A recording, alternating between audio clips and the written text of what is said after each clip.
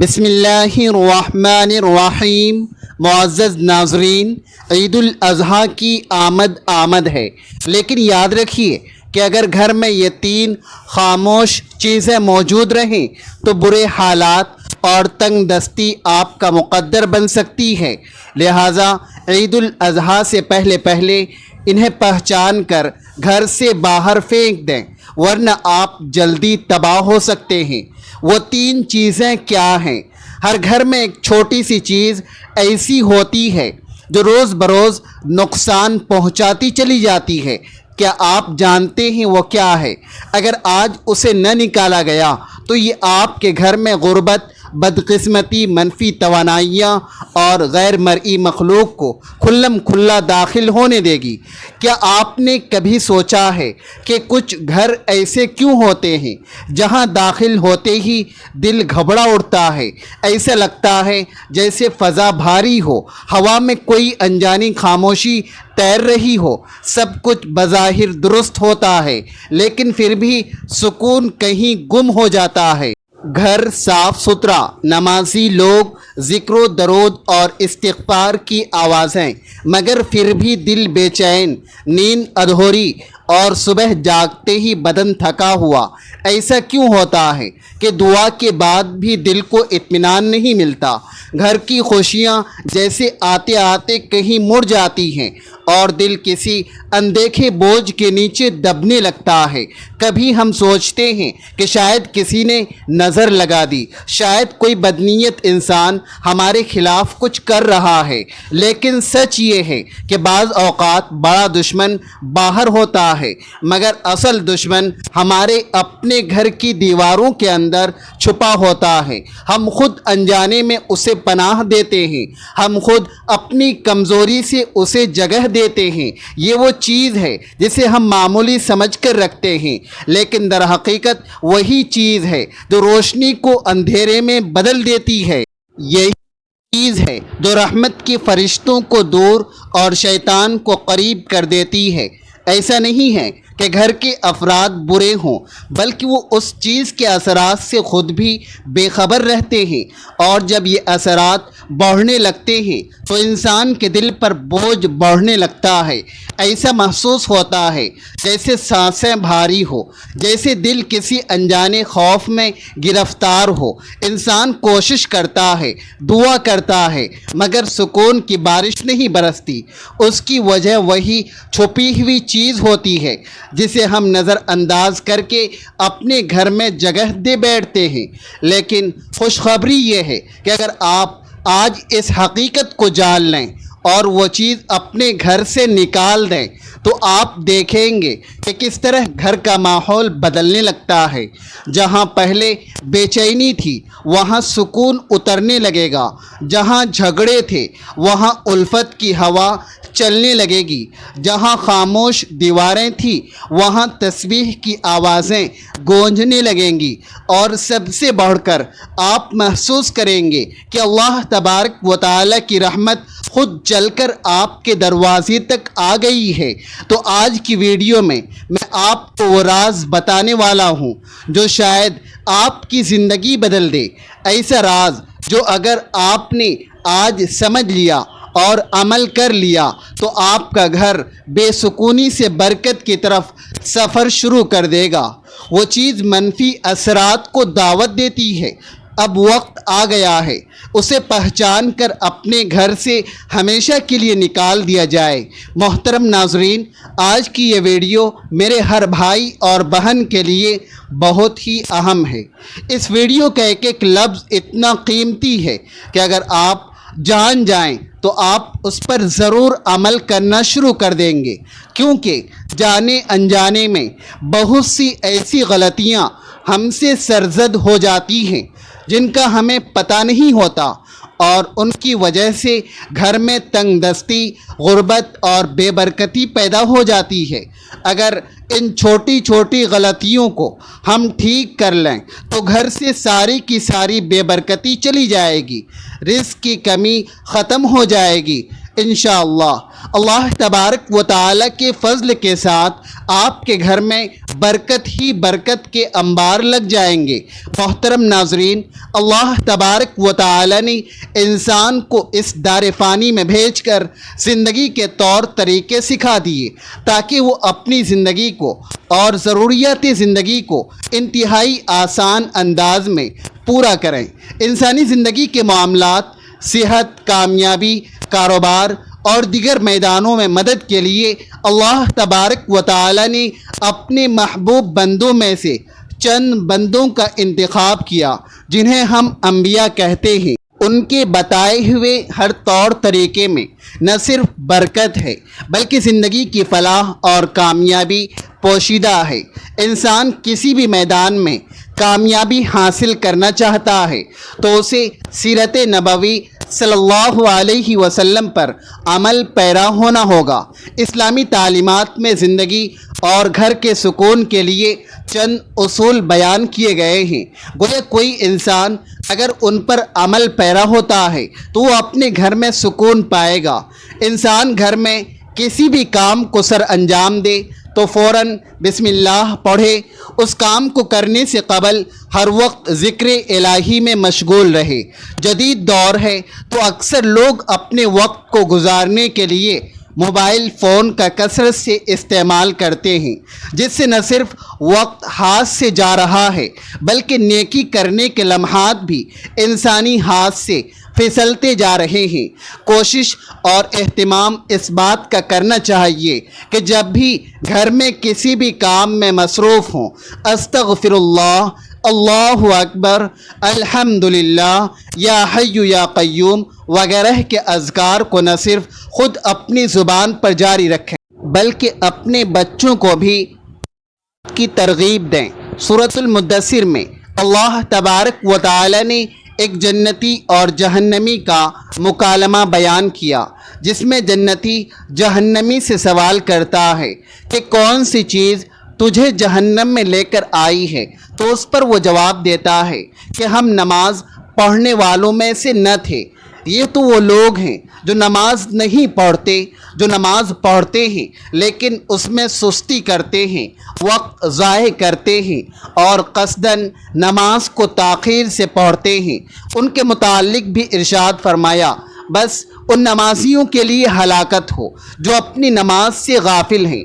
گویا یہ نماز تو پڑھتے ہیں مگر اس میں اکثر غفلت میں پڑ جاتے ہیں، ان کے لیے بھی خرابی ہے۔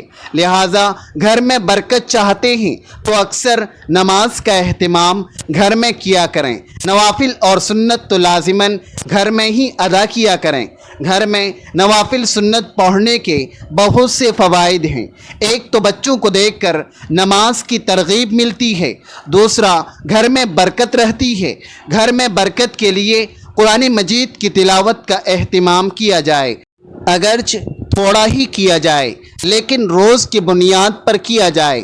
آپ چاہیں تو ایک صفحہ تلاوت کریں لیکن تلاوت روز کی بنیاد پر ہو سکے تو اپنے بچوں کو ایک صفحہ روزانہ تلاوت کر کے سنائیں تاکہ ان میں قرآن مجید کی تلاوت کا شوق پیدا ہو۔ قرآن مجید کی کوئی بھی سورت تلاوت کریں، گھر میں برکت کا ہی باعث بنتی ہے۔ جناب رسالت مآب صلی اللہ علیہ وسلم نے فرمایا، ترجمہ حضرت ابو ہریرہ رضی اللہ تعالی عنہ سے روایت ہے کہ رسول اکرم صلی اللہ علیہ وسلم نے فرمایا، اپنے گھروں کو قبرستان نہ بناؤ، یقیناً شیطان ان گھروں سے دور بھاگتا ہے جہاں سورہ بقرہ پڑھی جاتی ہے، یعنی گھروں میں نماز اور تلاوت قرآن کا اہتمام کیا کرو۔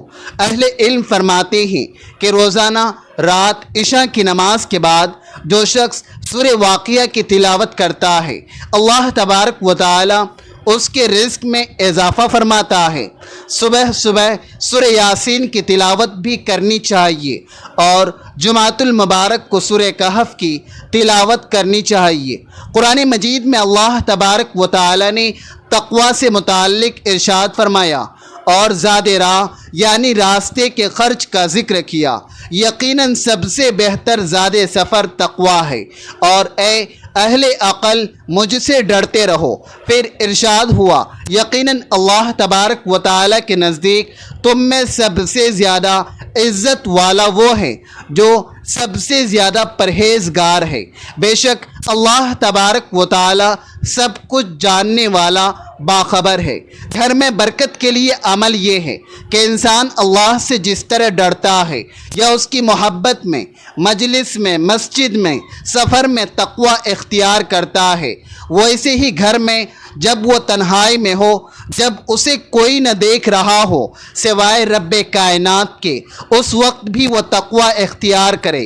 اپنی بیوی، بچوں، والدین اور بہن بھائیوں کے ساتھ حسن سلوک محض اللہ تبارک و تعالیٰ کی رضا کے خاطر کرے۔ یہ عمل بھی گھر میں برکت کا سبب ہے۔ اس میں کوئی دو رائے نہیں کہ جب انسان مل کر کھانا کھاتے ہیں تو اللہ عز و جل اس میں برکت ڈال دیتا ہے، اور پھر جب افراد گھر کے ہوں، والدہ ہوں، والد ہوں، یا میاں بیوی، بچے، بہن بھائی، سب مل کر بیٹھ کر ایک جگہ اہتمام کے ساتھ اللہ تبارک و تعالیٰ کے نام سے شروع کریں تو برکت کا کیا عالم ہوگا۔ جدید دور میں یہ روایت ختم ہوتی جا رہی ہے۔ اب اگر کوئی اپنے کمرے میں بیٹھا ہے تو وہیں کھانا کھائے گا، اگر کوئی اسٹڈی روم میں ہے تو وہ وہیں کھانے کا اہتمام کرے گا۔ والدین الگ بیٹھ کر کھا رہے ہوتے ہیں۔ ایسا کرنا برکت کو ختم کرنے کے مترادف ہے۔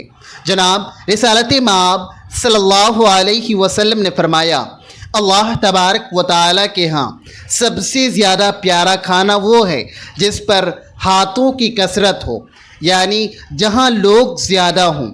آپ صلی اللہ علیہ وسلم نے ارشاد فرمایا، صحابہ نے عرض کیا، یا رسول اللہ صلی اللہ علیہ وسلم، ہم کھاتے ہیں مگر سیر نہیں ہوتے۔ تو فرمایا، شاید تم الگ الگ ہو کر کھاتے ہو۔ صحابہ نے جواب دیا، ہاں۔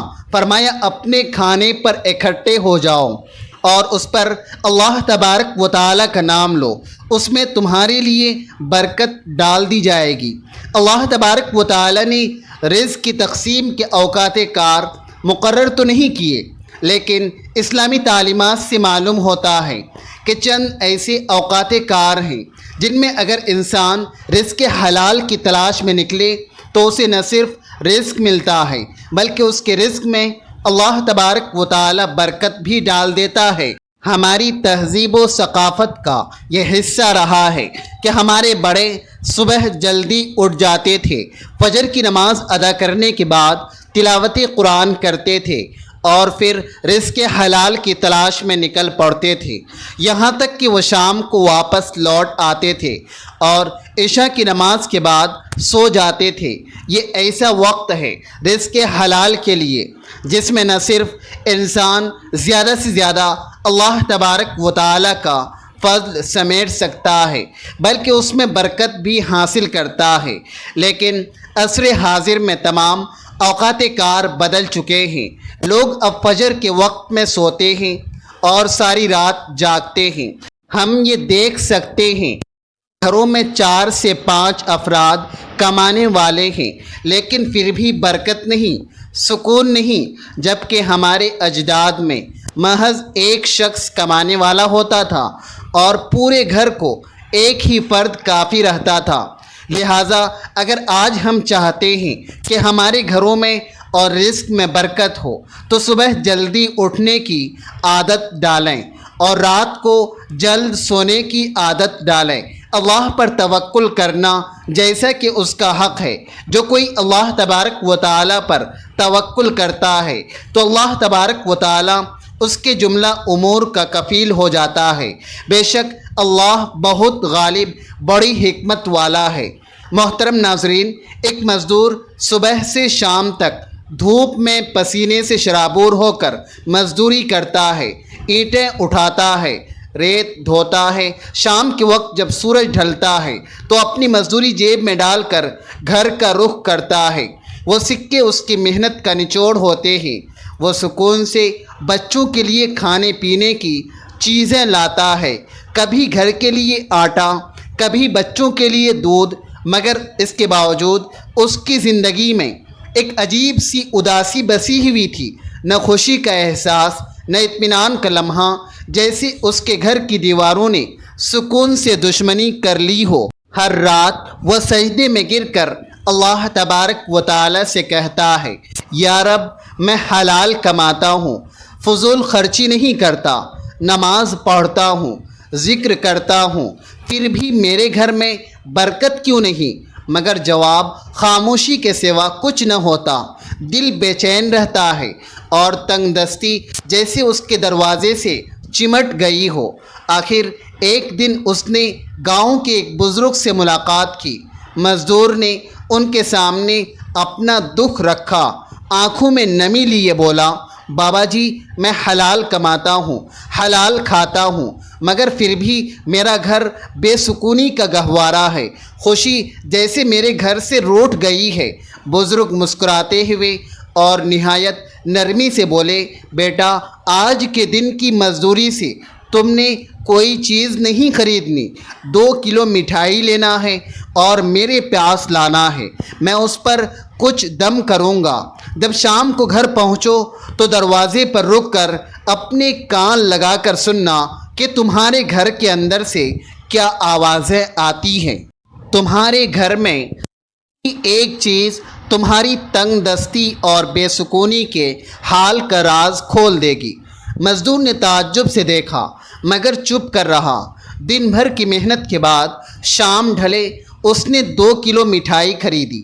جیسے ہی اس نے اپنے گھر میں قدم رکھا تو 3 چیزیں گھر میں تنگ دستی اور بے سکونی کو دعوت دے رہی تھی۔ پہلی چیز، جب دیواروں پر شکر کے بجائے ناشکری ہو۔ کچھ گھروں میں داخل ہوتے ہی ایک عجیب سی خاموشی استقبال کرتی ہے، نہ کوئی شور، نہ کوئی چیخو پکار، ایسا محسوس ہوتا ہے جیسے ہوا نے بھی سانس روک لی ہو۔ دیواریں جیسے کچھ کہنا چاہتی ہو، ان پر لکھی تحریر خاموشی سے سب کچھ کہہ جاتی ہے۔ وہ تحریر جو کسی قلم سے نہیں، انسانوں کے رویوں سے لکھی جاتی ہے۔ یہی وہ لمحہ ہوتا ہے جب گھر میں برکت کے دروازے بند ہونے لگتے ہیں، کیونکہ ان دیواروں پر اب شکر نہیں شکایت لکھی جاتی ہے۔ جہاں ہر گفتگو میں میرا نصیب کیوں نہیں کی گونج ہو، جہاں زبان پر ناشکری کا زہر اور دل میں مایوسی کی دھن ہو، وہاں رحمت کے قدم نہیں رکتے۔ فرشتے خاموشی سے واپس پلٹ جاتے ہیں اور ان کی جگہ وسوسوں کی سرگوشیاں لے لیتی ہیں۔ کبھی کبھی شیطان دروازے توڑ کر نہیں آتا، ہم خود اس کے لیے دروازے کھول دیتے ہیں۔ جب ہم الحمدللہ کے بجائے کاش ایسا ہوتا کہنا شروع کر دیتے ہیں، جب ہم نعمتوں کو معمولی اور خامیوں کو عظیم سمجھنے لگتے ہیں، تو سمجھ لیجئے کہ روشنی کا چراغ بجھنے لگا ہے۔ وہی روشنی جو گھر کو امن دیتی تھی، رزق کو برکت دیتی تھی اور دلوں کو نرم رکھتی تھی۔ ناشکری ایک معمولی احساس نہیں، یہ ایک غیر مرئی زہر ہے جو آہستہ آہستہ پورے گھر کی فضا کو کھا جاتا ہے۔ یہ باتوں سے شروع ہوتی ہے مگر اثر ماحول پر ڈالتی ہے۔ ایک وقت آتا ہے جب گھر بھرا ہوتا ہے مگر دل خالی، الفاظ زیادہ ہوتے ہیں مگر سمجھ ختم، اور پھر زندگی کی رونقیں جیسے ایک ایک کر کے رخصت ہونے لگتی ہے۔ شیطان ایسے گھروں میں خوشی سے بسیرا کرتا ہے جہاں زبان ناشکری بولے اور دل شکر کرنا بھول جائے۔ وہ جانتا ہے جہاں شکر نہیں وہاں سجدے بھی بے نور ہوتے ہیں، جہاں شکایت ہے وہاں دعا بھی دروازہ نہیں کھولتی، وہاں ہر دل میں یہ احساس ڈالتا ہے کہ تم محروم ہو، اور انسان اپنی موجودہ نعمتوں کو بھول کر خالی پن کے جال میں پھنستا چلا جاتا ہے۔ یاد رکھیے، شکر صرف الفاظ نہیں، یہ ایک روشنی ہے۔ یہ وہ روشنی ہے جو اندھیروں کو پیچھے دھکیلتی ہے، جو فرشتوں کو متوجہ رکھتی ہے اور جو شیطان کے قدموں کو جلا دے۔ جس گھر میں زبان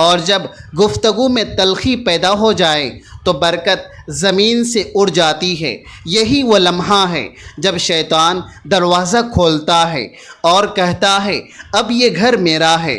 گھر کا شور صرف آوازوں کا نہیں ہوتا، یہ دلوں کے شور سے جنم لیتا ہے۔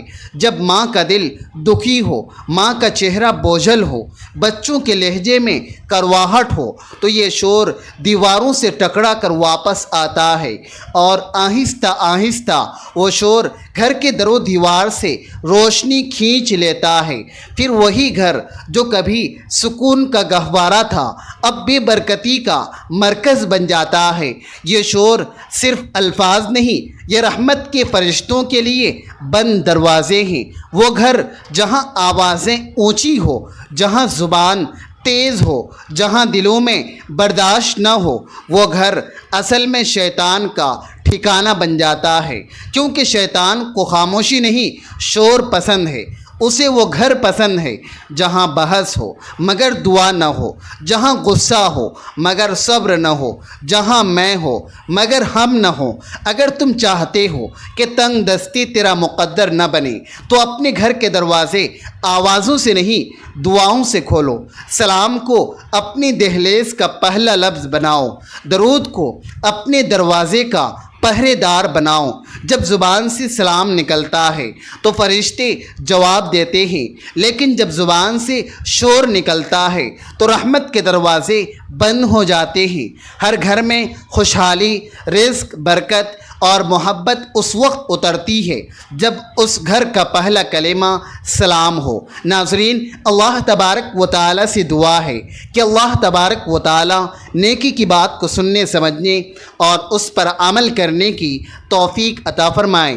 میرا سنانا اور آپ کا سننا اپنی بارگاہ الہی میں قبول اور منظور فرمائیں اور ہمارا خاتمہ ایمان پر فرمائیں، آمین یا رب العالمین۔ ناظرین، ویڈیو اچھی لگے تو ویڈیو کو لائک کریں، دوستوں میں شیئر کریں، چینل کو سبسکرائب کریں اور کمنٹ باکس میں اللہ تبارک و تعالیٰ کے 99 ناموں میں سے ایک نام ضرور ٹائپ کریں۔ اگلی ویڈیو تک کے لیے اجازت دیجیے، اللہ حافظ۔